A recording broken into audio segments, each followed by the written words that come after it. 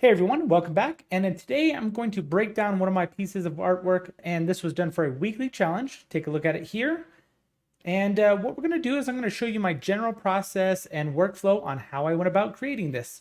Let's get into it. All right, so here we are in Unreal Engine 5, and this is the overall scene here. I'm actually going to have this in Lumen for now as we fly around. I did, however, render it out in path tracing. So let's take a quick look of kind of everything we got going on. This is the general scene.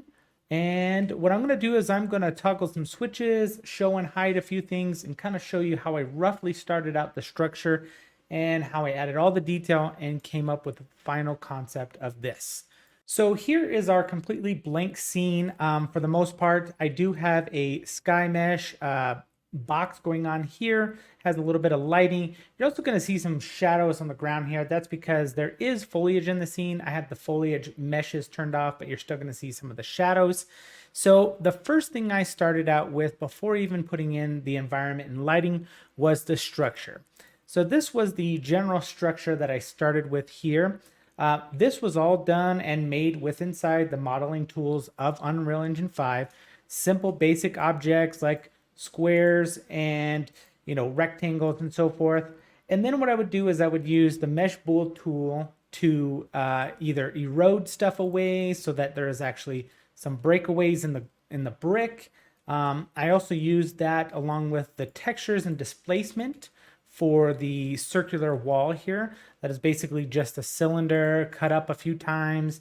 And then I add a Quixel Bridge Megascans texture to it with a displacement map. So that way you get a little bit of detail you can see sticking out of the mesh itself. Not meant for super up close shots, but for the most part gets you some detail from the distance. The next part I did was also the floor. It's a simple floor plane that I cut up. Same thing, this one I added a displacement using the Perlene noise, just enough to kind of give it some rockiness looking. I didn't use the particular texture on this one for the displacement, but just the general one.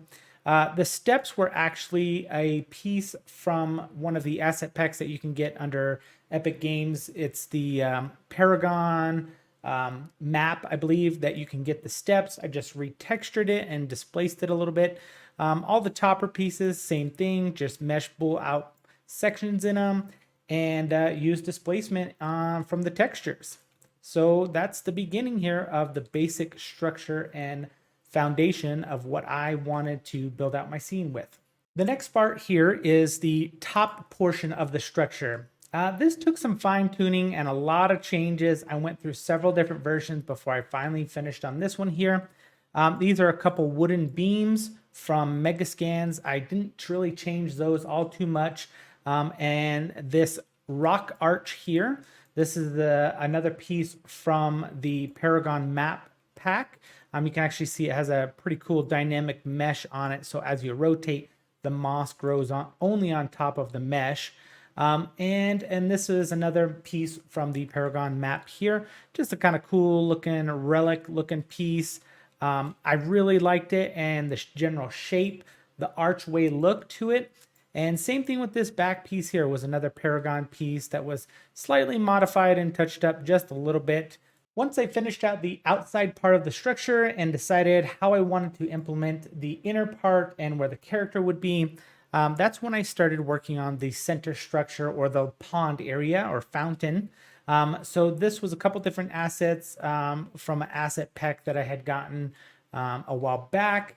So I started with this main piece. I actually did a little bit of cutting out of it and stuff, cut out the top here and added a simple water plane. This is actually just a water texture from Megascans. Added that in. This was a pretty cool looking piece that came out of the Paragon Map parts. Used that as kind of the stand.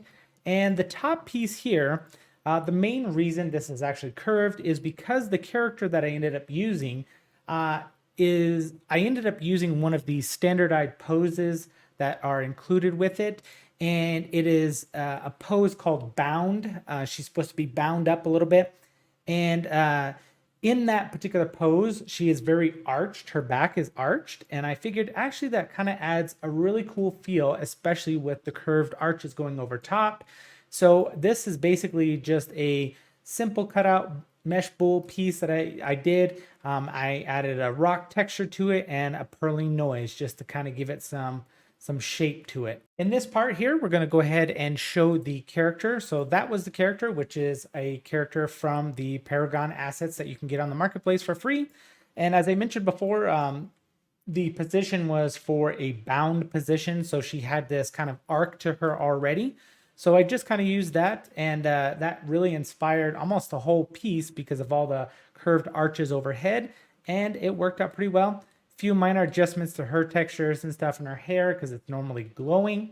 Since I basically had the outer structure completed and the inside structure, it was time to start adding some details to it.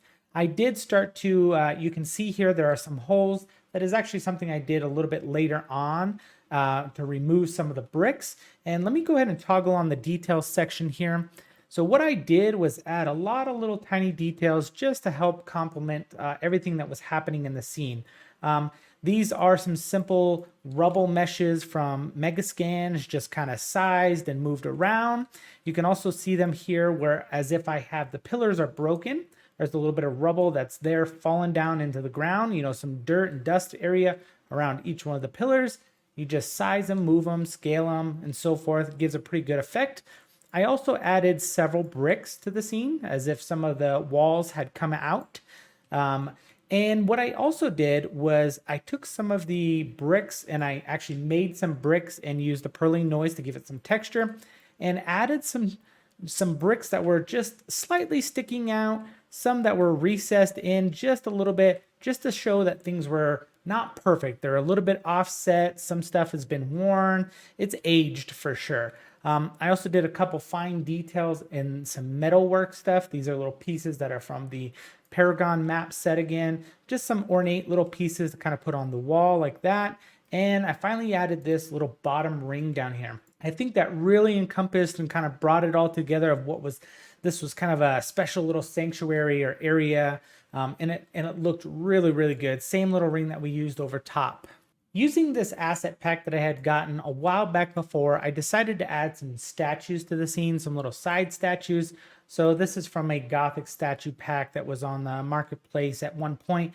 I decided to kind of add those, just another little bit of simple detail as if they were knights or servants, you know, and this was some sort of queen or royalty there, as if they were guarding or protecting this sanctuary or these ruins. Next, I knew that I really wanted to have a lot of foliage. I wanted this to appear to be alive, despite the fact that it was some ruins and weathered and old. I didn't want it to look and appear dead. This was supposed to be some sort of sanctuary or something of that sort to where it's in remembrance of somebody. So it was well kept despite being overgrown. So I took some simple meshes that were included in one of the free, the abandoned apartment pack that you can get.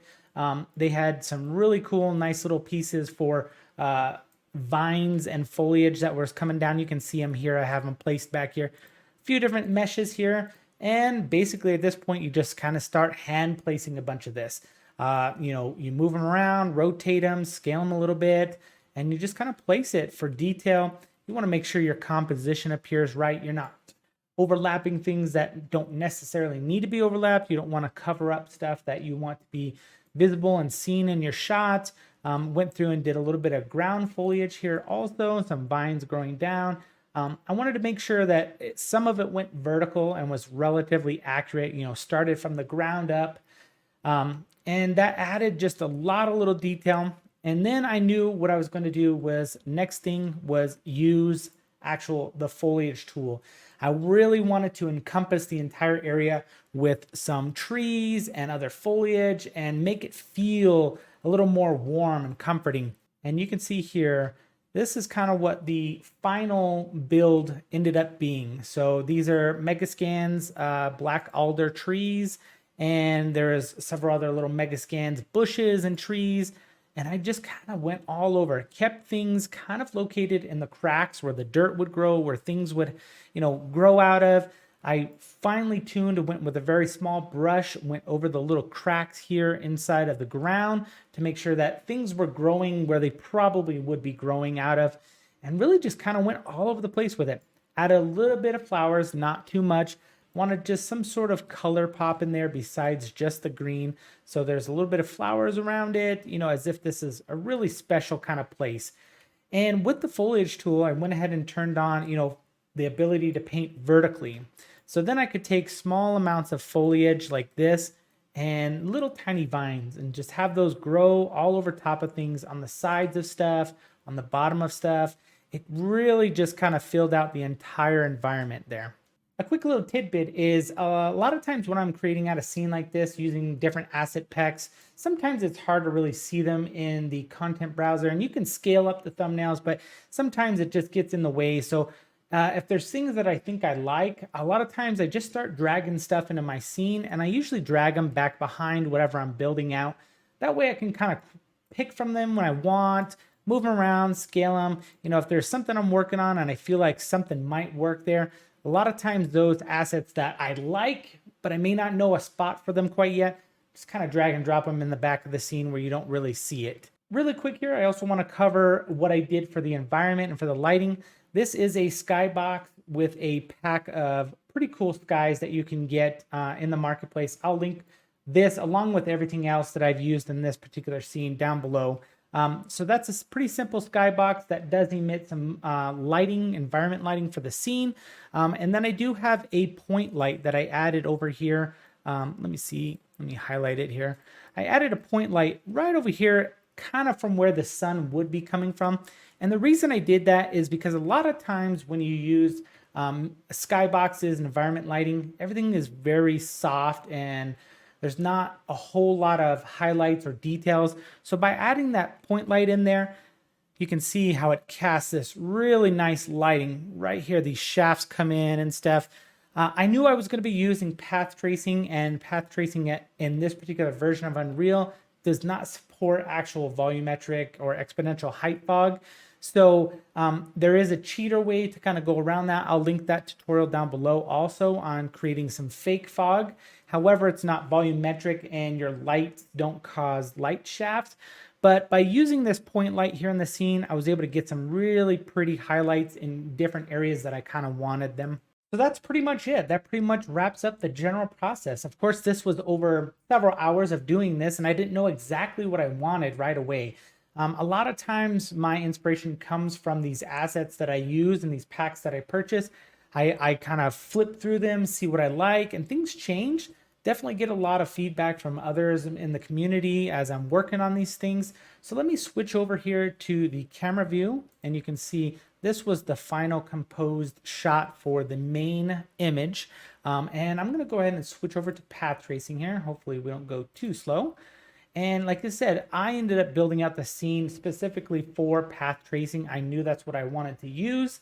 And so a lot of times when you're working in path tracing, when you switch back to Lumen for smoothness, you got to make sure you don't light things based off of Lumen, because when you do switch to path tracing, it's going to look tremendously different sometimes in certain scenes.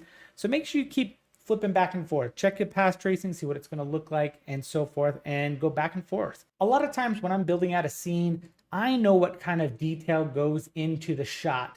Typically, I do design an environment for a specific shot that I have in mind. However, I know that I usually like to build it out to where I can get other detail shots. When I do a lot of my artwork, I don't want to just have one final image. I like to have other shots where I show close-up detail of how in-depth I went to create this scene. So let me switch through a couple of these different camera views that I ended up putting together. This here was a nice close-up shot of the actual pond or casket area that was holding the character. I created a couple shots that kind of highlighted the statues. They're pretty cool, pretty detailed statues. And a lot of times in these detail shots, definitely go super shallow depth of field. You have to be careful with Unreal Engine and depth of field. Sometimes you can push it too far and it has a hard time. However, path tracing does a much better job than Lumen with depth of field as long as you turn it on. And actually, real quick, let me show you how you go about doing that. So click on your camera, go to your details panel and search path. And right down here, you're going to want to make sure you turn on reference depth of field. That's going to be really important for path tracing, and it really helps out a lot. to give really shallow depth of field without having that weird sharp outline that you sometimes get with Lumen. All right, on to the next shot here. This was a really cool shot. I really like this one. Had some beautiful highlights and some shadows. This is kind of showed the detail. This is like a nanite mesh down here with a lot of nice details on the ornate work on the stone. I also, when I put the water plane in there, when I did the foliage, I added a bunch of little lily pads and stuff underneath it just to really give it some color and some liveliness. And I really like this shot. The next shot we have here was kind of a top-down view, just to kind of highlight the character a little bit more and her face. And I also show a little bit of the bottom where the pond was. Another nice close-up shot of the statue here on the right side. Also shows good detail with the foliage and the rock work behind it. And like I said, path tracing pulls out so much good details and proper lighting. It looks really good. Another close-up kind of shot of foliage. This one looked really good. A little bit of subsurface scattering going on. Getting those nice shallow depth of field shots like this really add to a scene. You're highlighting a lot of the details that you've put into your scene and not necessarily just the main subject of what's happening. Well, that pretty much sums it up. I hope this inspires you and maybe gives you a rough idea of my workflow and process on how I create some of my artwork. This one came out really well, and a lot of people really liked it, asked lots of questions. You know, how do you create this? What's your workflow? What did you do for that? And I know this isn't an in-depth tutorial, and I hope to be able to do some tutorials on certain things here in the future, but I hope you enjoyed it. Please hit the thumbs up, like button, all that good stuff. I would really appreciate it. And until next time, peace out.